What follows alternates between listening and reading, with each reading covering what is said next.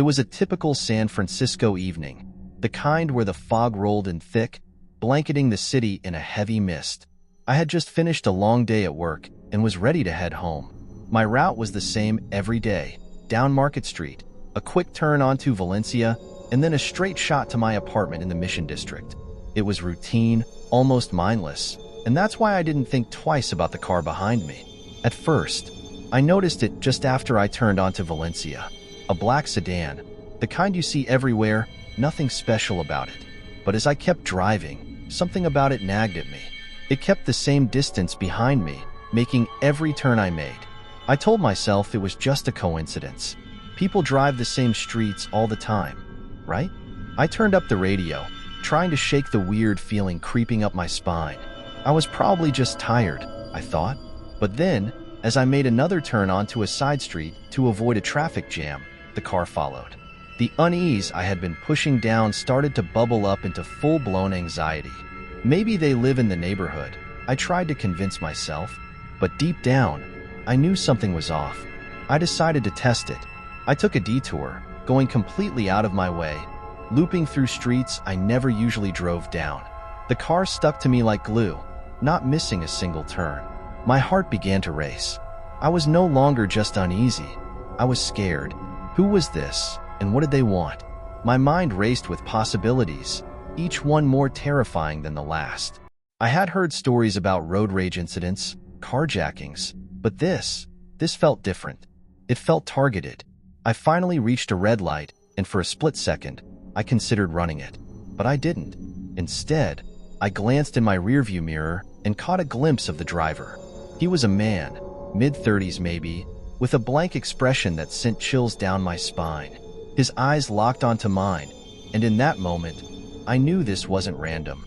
The light turned green, and I sped off, my hands gripping the wheel so tightly my knuckles turned white. I needed to lose him, to get away before whatever this was turned into something worse. But how? The streets were emptying as the evening wore on, and there weren't many places to turn off. Then, up ahead, I saw it. A gas station, the neon lights a beacon in the fog. Without thinking, I swerved into the lot, praying that he wouldn't follow. But he did. As I pulled up to a pump, the black sedan rolled in behind me, coming to a stop just a few feet away. The engine was still running, and the driver didn't get out. He just sat there, staring at me through the windshield. I was trapped. No way out but to confront whatever was about to happen.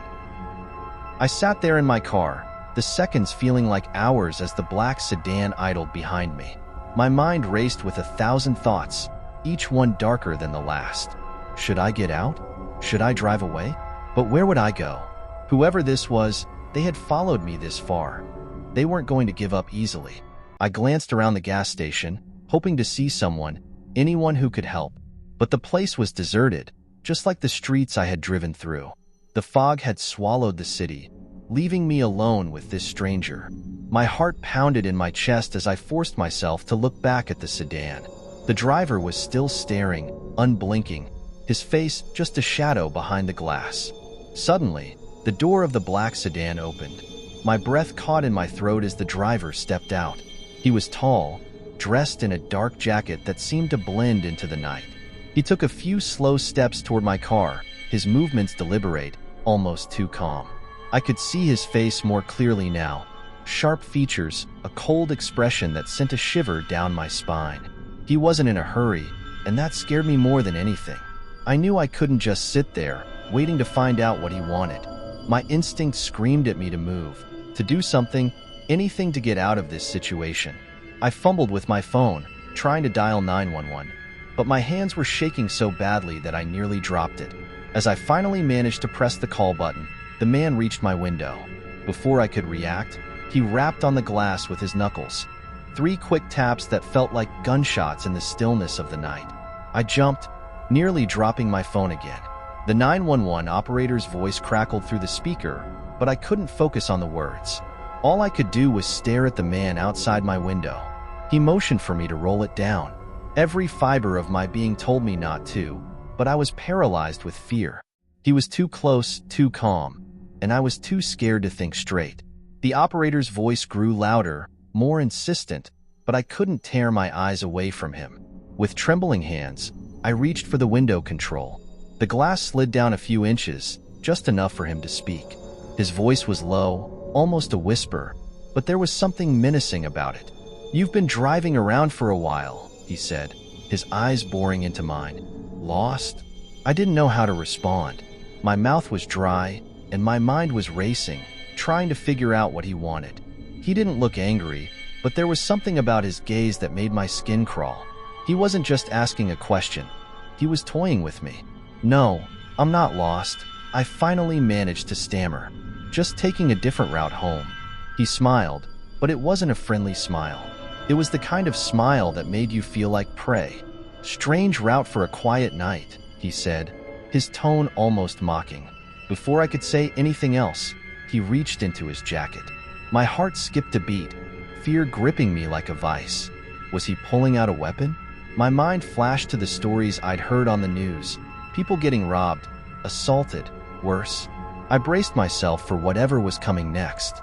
But instead of a weapon, he pulled out something that caught me completely off guard. A business card. He held it up between two fingers, as if he were offering me something valuable. "Take it," he said, his voice dripping with something I couldn't quite place. Was it sarcasm? Or something darker? I didn't want to reach out, didn't want to take whatever he was offering, but I felt compelled to. It was like he had some kind of power over me in that moment. With a shaking hand, I took the card. It was plain, with nothing but a phone number printed on it. No name, no logo, just a string of digits. "Call me if you ever get lost again," he said, that twisted smile never leaving his face. Then, without another word, he turned and walked back to his car. I watched in stunned silence as he got in, started the engine, and slowly drove away, disappearing into the fog like he had never been there. My phone buzzed in my hand, the 911 operator still on the line, asking if I needed help. But what could I say? The danger was gone, but the fear remained. I sat there for what felt like forever, staring at the card in my hand. Why had he followed me? Why did he give me this number? And most importantly, what would happen if I ever called it? The drive home after the encounter at the gas station was a blur. I couldn't stop glancing at the rearview mirror, half expecting to see the black sedan's headlights piercing through the fog again. But the streets remained empty, and the only sounds were the distant hum of the city and the pounding of my heart. The business card sat on the passenger seat, taunting me with its mystery. When I finally pulled into my apartment complex, I sat in the car for a long time, staring at that card. The fog had thickened, swallowing the world outside in a damp, oppressive silence. I kept replaying the encounter in my mind, trying to make sense of it. Why had he followed me? What did he want? And what was with the cryptic phone number? Eventually, I forced myself to get out of the car. The chill in the air made me shiver as I hurried inside, locking the door behind me. My apartment was small, cozy, usually a refuge after a long day. But tonight, it felt different. The shadows seemed darker, the silence more suffocating. I tossed the card onto the kitchen counter, trying to ignore the gnawing curiosity it sparked. I tried to distract myself, turned on the TV, flipped through some channels, but nothing held my attention.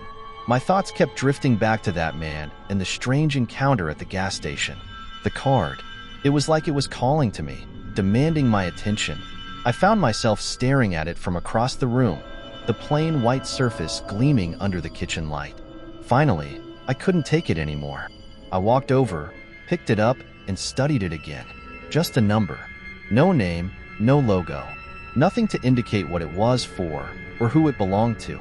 It felt heavy in my hand, like it was more than just a piece of paper. I flipped it over, hoping to find something on the back, but it was blank. My mind raced with possibilities. Was this some kind of sick joke? A prank? But it didn't feel like one. That man's eyes, his voice, they were too intense, too deliberate. Whatever this was, it wasn't a joke. Against my better judgment, I grabbed my phone and dialed the number. My fingers shook as I pressed each digit, the sound of the buttons clicking louder than usual in the silence of my apartment. Part of me hoped the number would be disconnected, or that no one would answer. But deep down, I knew that wasn't going to happen. The phone rang once, twice, 3 times. Each ring sent a wave of anxiety through me, making my breath catch in my throat. Then, on the fourth ring, someone picked up. "Hello?" The voice on the other end was calm, smooth, and eerily familiar. It was him. For a moment, I couldn't speak. My mind went blank, and I just stood there, holding the phone to my ear, trying to process what was happening. The man on the other end didn't say anything else, just waited, like he knew I was there. Finally, I managed to find my voice. "Who is this?" I asked, though I wasn't sure I wanted to know the answer. There was a pause, and then he chuckled, a low, almost friendly sound that made my skin crawl. "You called me, remember?" he said. "You tell me." My heart pounded so loudly I thought it might burst out of my chest. This was a mistake. I should hang up, forget about the whole thing. But something kept me on the line, something I couldn't explain. It was like he had some kind of hold on me, a power that made it impossible to walk away. "What do you want?" I finally asked, my voice trembling. There was another pause, and I could almost hear the smile in his voice when he responded. "That's the wrong question, Jake." My blood ran cold. He knew my name. How did he know my name? I hadn't told him, hadn't given him any information. Panic surged through me, and I opened my mouth to speak, but the words wouldn't come. "Don't worry," he continued, his tone casual, like we were old friends having a chat. "You'll figure it out soon enough." Before I could respond, the line went dead. I stood there, staring at the phone, my mind racing. What the hell was going on? Who was this guy, and how did he know who I was? 1,000 questions swirled in my head, each one more terrifying than the last. I dropped the phone onto the counter, my hands shaking uncontrollably. The walls of my apartment suddenly felt like they were closing in on me, the air thick with tension. I backed away, my mind screaming at me to do something, anything, to get out of this nightmare. But deep down, I knew it was too late. Whatever this was, it had already started, and there was no turning back. Sleep didn't come easy that night. Every creak of the floorboards, every gust of wind rattling the windows, set my nerves on edge. I lay in bed, staring at the ceiling, the darkness feeling more oppressive than usual. My mind kept replaying the conversation with that man, his voice echoing in my head. "You'll figure it out soon enough."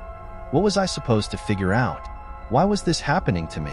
I couldn't shake the feeling that something terrible was coming, something I couldn't escape. When morning finally came, I was no more rested than I had been the night before. The sun was shining, the fog had lifted, but the unease hadn't gone away. If anything, it had gotten worse. I couldn't stop thinking about the business card, the phone call, the man who had followed me. It was all connected somehow, but I didn't know how or why. I decided to go to work, hoping that the routine would help me clear my head. But as I walked to my car, I couldn't help but glance around, half expecting to see the black sedan lurking nearby. The parking lot was empty, but that didn't ease my mind. I felt like I was being watched, even though there was no one around. The drive to work was uneventful, but my paranoia was growing by the minute. Every car that pulled up behind me made my heart race.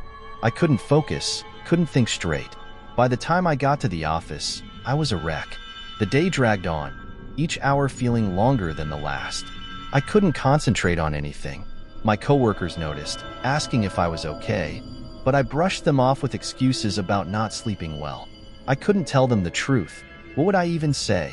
That I was being stalked by some guy who gave me a business card with no name and then called me in the middle of the night? They'd think I was losing it. Maybe I was.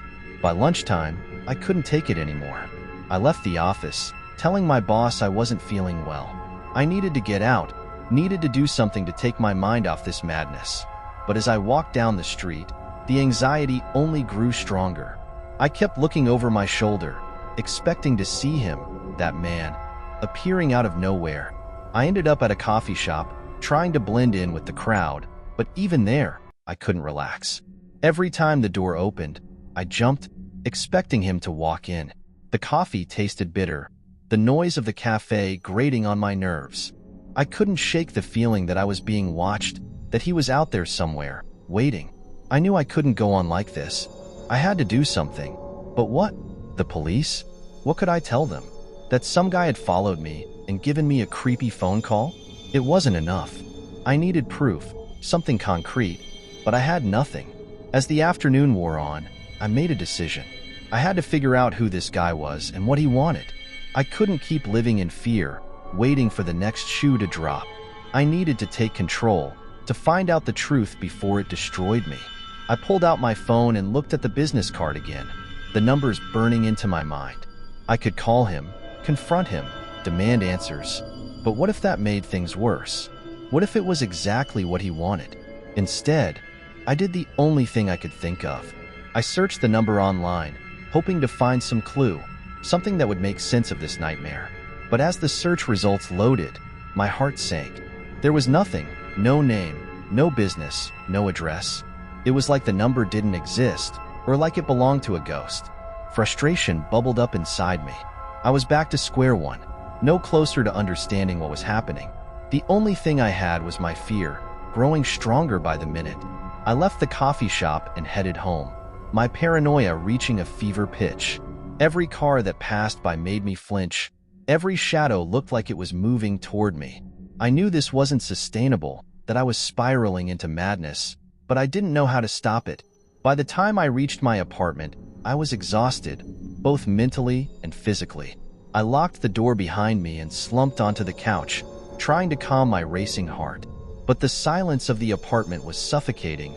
The shadows seemed to close in around me. And then, as if on cue, my phone buzzed. I jumped, my heart leaping into my throat. With shaking hands, I picked it up and looked at the screen. It was a text from an unknown number. It simply read, "Don't forget. You'll figure it out soon enough." I dropped the phone, my blood running cold. He was still watching me, still pulling the strings, and I had no idea how to stop him. That text message pushed me to the edge. I could no longer deny what was happening.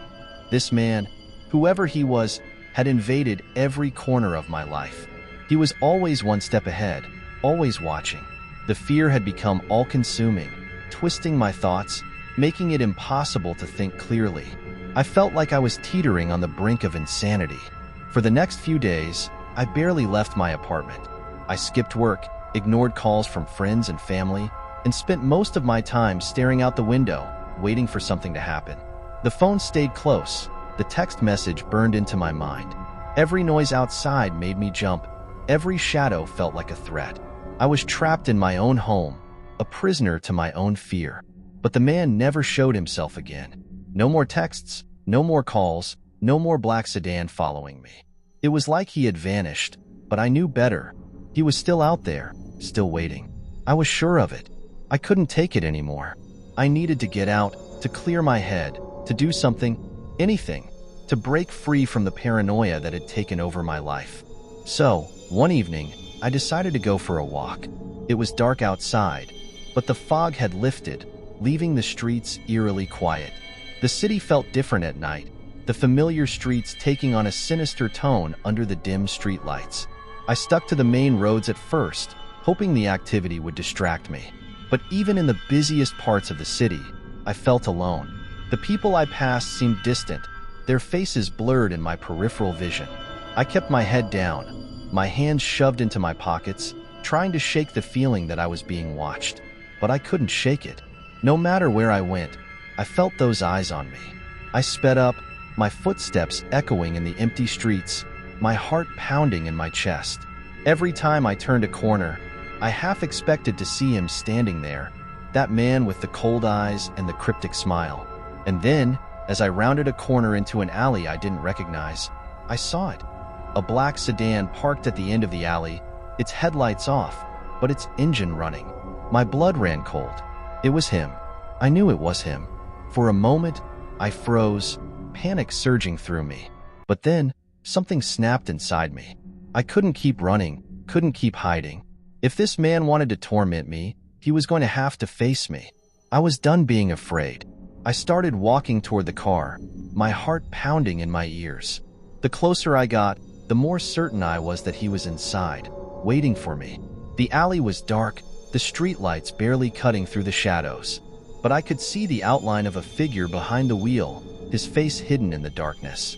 When I reached the car, I stopped just a few feet away, my breath coming in ragged gasps. My hands were shaking, but I clenched them into fists, forcing myself to stay calm. I had to confront him, had to end this once and for all. "Who are you?" I shouted, my voice echoing off the walls of the alley. "Why are you doing this?" There was no response. The figure in the car remained still, like a statue. I could barely make out his features, but I knew he was watching me, knew he was listening. "Answer me," I yelled, taking a step closer. "What do you want?" Still, no response. The silence was deafening, the tension unbearable. I could feel the fear rising up inside me again, threatening to take over, but I fought it down, refusing to let him see how terrified I was. And then, slowly, the driver's side window began to roll down. My heart nearly stopped as I saw his face. Those cold eyes, that twisted smile. It was him, just as I had imagined. But there was something different this time, something that made my blood run cold. He was holding something in his hand, something small and black. It took me a moment to realize what it was: a gun. He pointed it at me, his smile never faltering. "This is what I want," he said, his voice calm, almost amused. "I want you to understand." My mind went blank, the world around me fading into nothing. All I could see was the gun. All I could hear was the sound of my own heartbeat. He was going to kill me. This was it. But then, just as quickly as he had drawn the gun, he lowered it. He didn't shoot. He didn't say anything else. He just sat there, staring at me with those cold eyes, as if waiting for something. I stood there, frozen, unable to move, unable to think. I didn't know what he wanted, didn't know what he was waiting for. And then, without another word, he rolled up the window, put the car in gear, and drove away, leaving me standing alone in the alley, my legs shaking, my mind reeling. What did he want? Why hadn't he killed me? I didn't have any answers, only more questions. But one thing was clear: I wasn't safe. Not anymore. Not ever. After that night in the alley, I wasn't the same. Something inside me had snapped. I wasn't just afraid anymore. I was broken. The encounter with that man, his cold eyes, the gun, the way he just drove off without a word, had left me shattered. I couldn't sleep, couldn't eat, couldn't think straight. Every noise, every shadow sent me into a panic. I tried to go back to my normal life, but it was impossible. The fear followed me everywhere, like a dark cloud I couldn't escape. I stopped going to work, stopped seeing friends. I was terrified to leave my apartment, convinced that he was out there, waiting for the right moment to strike. But days turned into weeks, and nothing happened. No more texts, no more phone calls, no sign of the black sedan. It was as if he had vanished, leaving me alone with my paranoia. But even though he was gone, the fear remained. I was a prisoner in my own mind, trapped in a cycle of dread and uncertainty. I started to question everything. Had I imagined it all? Had I let my fear get the best of me? But no, it had been real. The gun, the way he looked at me, those things were real. But why hadn't he killed me? What was his game? I became obsessed with finding answers. I spent hours online, searching for anything that might explain who he was and why he had targeted me. But there was nothing. No clues, no leads, nothing that made sense. It was like he had never existed. As the days passed, I grew more and more isolated. My apartment became my fortress, a place where I could hide from the world. But even there, I couldn't escape the feeling that he was still watching, still waiting. The silence was maddening, the waiting unbearable. Then, one night, something changed. I was sitting on the couch, staring blankly at the TV, when I heard it, a knock at the door. My heart stopped. It was late, too late for anyone to be visiting. The knock came again, louder this time, more insistent. I stood up, my legs shaking, and slowly made my way to the door. My hand hovered over the doorknob, my mind racing with possibilities. Was it him? Had he finally come to finish what he started? The thought sent a wave of terror through me, but I knew I couldn't hide forever. I took a deep breath and opened the door, but there was no one there. The hallway was empty, silent. I stepped out, looking up and down the corridor, but it was deserted. A cold chill ran down my spine as I realized that I was alone. Or so I thought. As I turned to go back inside, I noticed something on the floor. A small envelope, white and unmarked, lying just outside my door. My heart pounded as I bent down to pick it up, my hands trembling. I knew I shouldn't open it, knew it would only bring more fear, more questions. But I couldn't stop myself. Inside the envelope was a single sheet of paper, folded neatly in half. I unfolded it, my breath catching in my throat as I read the words written in bold, black letters. "You're not safe. Not now, not ever. I'm always watching." I dropped the paper, stumbling back into my apartment, my mind reeling. It was him. He was still out there, still toying with me, still making sure I never felt safe again. I slammed the door shut, locking it, bolting it, pushing a chair against it for good measure. But no matter what I did, I couldn't shake the feeling that he was still there, just beyond the door, waiting for the right moment to strike. That night, I didn't sleep. I couldn't. The note lay on the floor, a constant reminder that my nightmare was far from over. I sat on the couch, clutching a kitchen knife, my eyes glued to the door, waiting, listening. But the attack never came. He didn't knock again, didn't try to break in. He didn't have to. He had already won. The fear had consumed me, leaving me a shell of who I used to be. And I knew, deep down, that it would never end. Not until he decided it was over. Days turned into nights, nights into days, but time lost all meaning.